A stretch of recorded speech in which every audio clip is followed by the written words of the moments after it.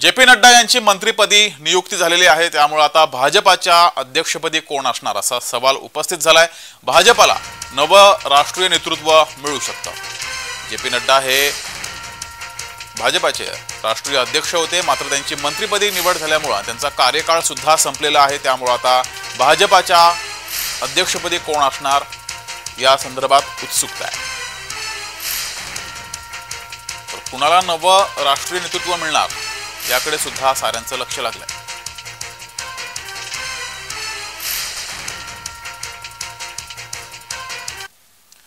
तर जे.पी. नड्डा यांची मंत्रिपदी नियुक्ती झालेली आहे, त्यामुळे भाजपाच्या राष्ट्रीय अध्यक्षपदी कोण कोण असू शकतात पाहूया।